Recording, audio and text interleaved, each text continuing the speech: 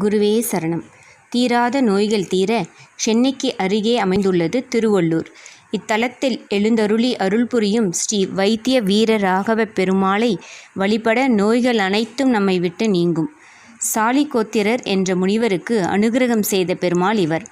சாலிகோத்திர முனிவரிடம் எவ்வுள் படுத்துறங்குவது என்று பெருமாள் கேட்ட காரணத்தினால் இவ்வூருக்கு திரு எவ்வுள் என்று பெயர் வந்தது. பின்னாளில் இது மருவி திருவள்ளூர் என மாறியது.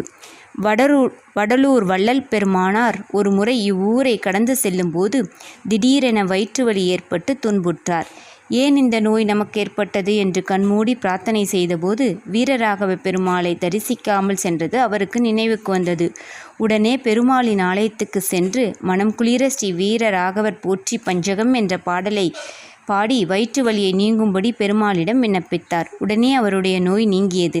இத்தனை சிறப்புடைய இந்த வீரராக பெருமாளை வழிபட உடலில் ஏற்படும் அனைத்து வகையான பிணிகளும் நீங்கும்.